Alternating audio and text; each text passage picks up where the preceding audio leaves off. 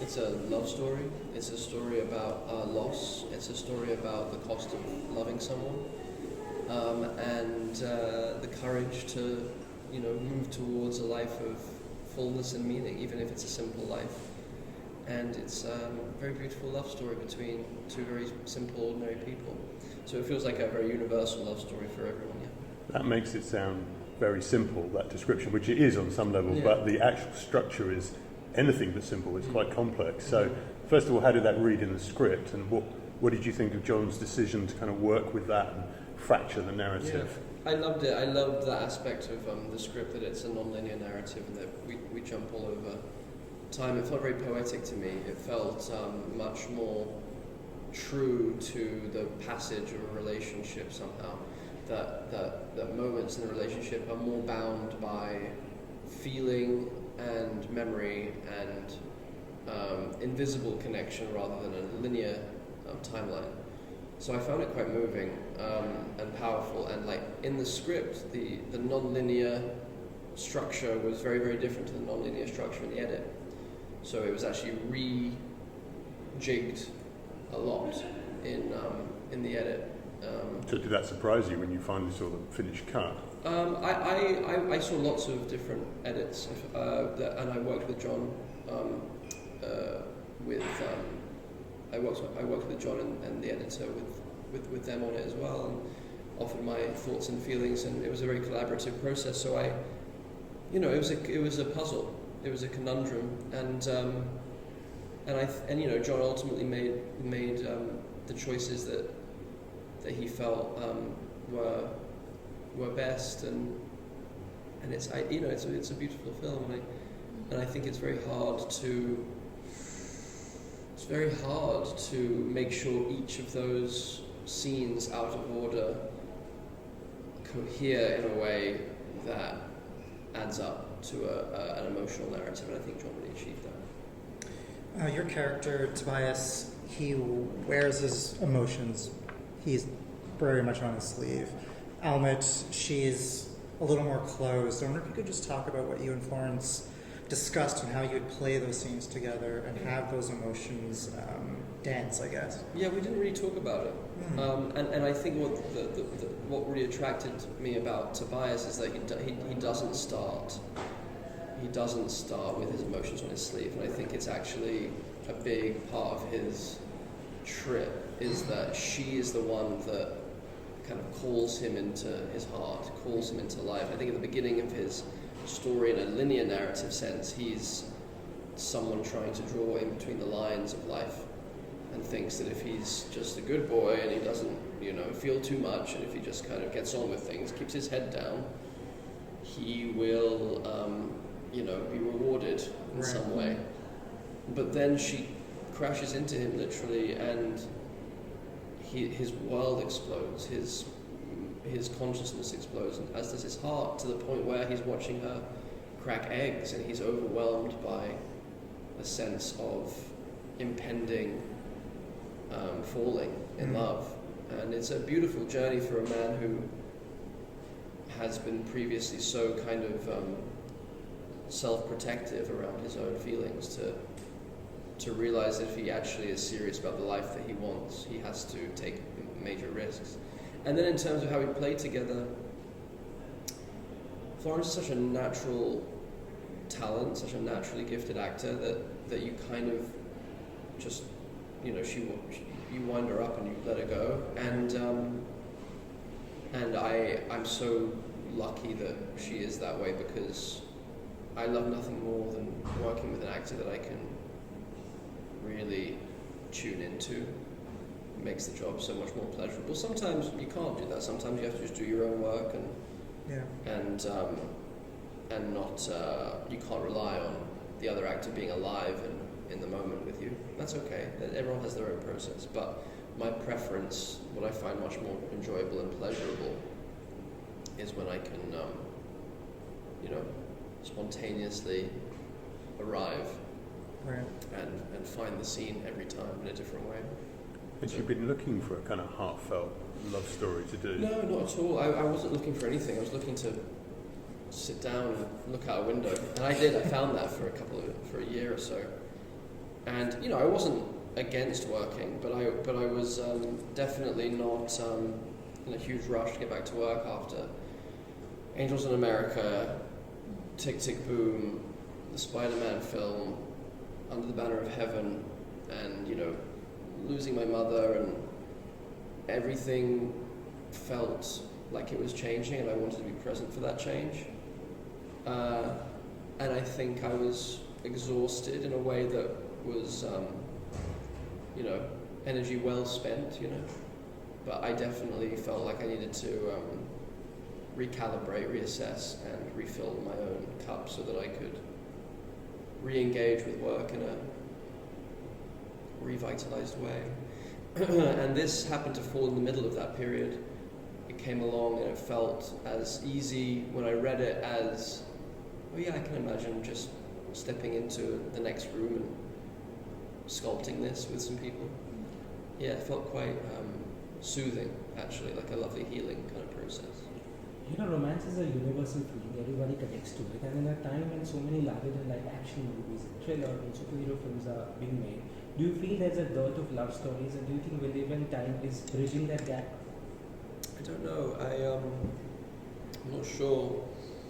I think maybe retrospectively, but that definitely wasn't part of my thinking going in. But I think it makes sense that right now there is a lack of love in cinema. There's a lack of love in culture in lots of ways, particularly in, I don't know if it's the same over here, but in Western culture there's a lack of heartfelt sincerity and real connection. I think there's a lot of division and a lot of disconnection, obviously. It's much easier to find that than the other. Lots of anger and rage, and sometimes righteous and other times not. So I do feel like maybe, because we've had great success with the film in America and other territories, which was very pleasantly surprising. And I do think it probably speaks to what you're talking about, which is a kind of universal, eternal yearning for connection, for love, for the reminder of the beauty of being alive and interconnectedness. So yeah, I think probably. Benedict Cumberbatch is also the executive producer of the film. He was yesterday in the red carpet. How close was Benedict in the process, was he like with you, talking to you guys, or not too much, or? He and his company, Sunny March, they commissioned, they've been working with the writer, so they've been developing the project for a long time, which is for like 5 years, which is wonderful. And Adam, Benedict's producing partner at Sunny March, was our main producer on set. Benedict has 1,000 things that he's doing all at once, and he's wonderful at all of them. And this, I felt like he really trusted his producing partners to keep us going in the way that we were meant to. And he's very wonderful. He's very humble and honest about things. He came to the London premiere and he said, "I'm so grateful to be a part of this, even though I haven't really been a part of this." And not to say that he hadn't been a part of it, it's his company. And like he has, and it's his relationship with Nick Payne, the writer, and it's his keen, tasteful eye that, brought this project to life at its inception. But since then, I think his producing partner has been much more on the ground with us. So yeah, I have to honour Adam in that. Yeah. So has this experience given you a renewed energy for acting? I really enjoyed it. I really loved it. I don't think it's given me. Well, you know what's funny? As soon as I got on set, my energy was renewed. I was like, oh yeah, I love this. I love this so much. I think the time off has given me a renewed energy for storytelling and for acting.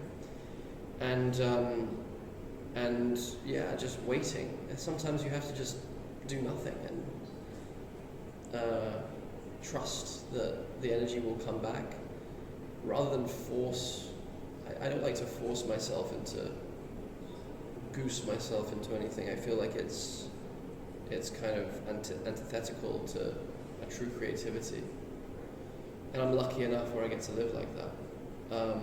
So I'm just kind of I'm feeling much more inspired to, and particularly just coming from this festival in Marrakesh and being here. But in Marrakesh, I was on the jury and I was watching 2 films every day with these amazing filmmakers as part of the jury. And that was really inspiring and a reminder of how many stories there are to be told, and just the pure beauty of creativity. And Luca Guadagnino is such an example of that. He's someone who just loves to create from his own soul, and he's not concerned with anything else. He's so prolific. So I find that very inspiring.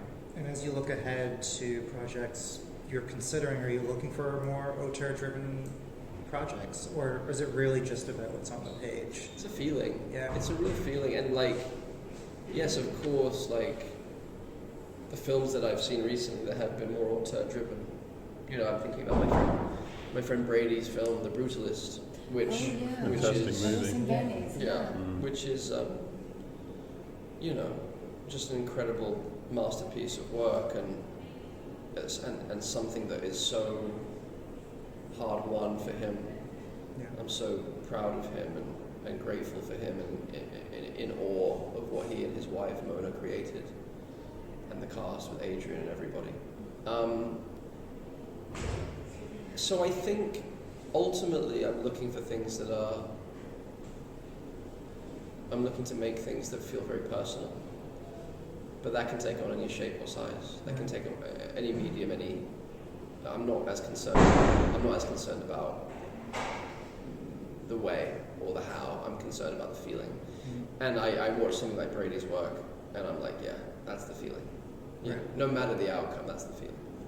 At the premiere yesterday, you met an Indian star, Shraddha Kapoor. That pictures were viral back home.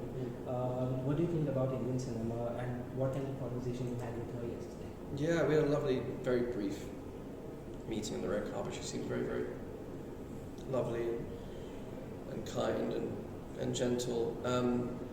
And I was on the jury in Marrakesh with Zoya Akhtar, who I really love, and I'm very, very excited to see her films, because I haven't seen any of her films. We were talking about American cinema, British cinema, Indian cinema, and we were bonding over our mutual love for R. Because that was a recent, Indian film that's obviously kind of broken through to the West. And I think when moments like that happen, it is like a tiger breaking through the cinema screen or something. There's something very exciting and awakening about that, where you suddenly get introduced to a whole new culture of filmmaking. Yeah. So yeah, I'm very, very excited. And I've been managing to spend time with, and it's a different region of the world, but with Yusra, the amazing Egyptian actress, Yusra, and she, I have a list of her films that I now get to watch. So yeah, I feel very. I have loved being in Jeddah last year and this year, and I feel like it's a very magical place. We were having dinner under the stars last night on a rooftop in the old town. I feel very welcomed here. I love the food, I love the people, the music, and this young kind of crop of budget filmmakers as well. Yeah. Thank you for your time. Thank you so much. Sorry, I thought you were. Hey, this is Eric from IONCINEMA.com. If you want to support us, subscribe below. For more reviews, interviews, film festival coverage from Sundance, Cannes, Toronto, you want to check out these guys on this side.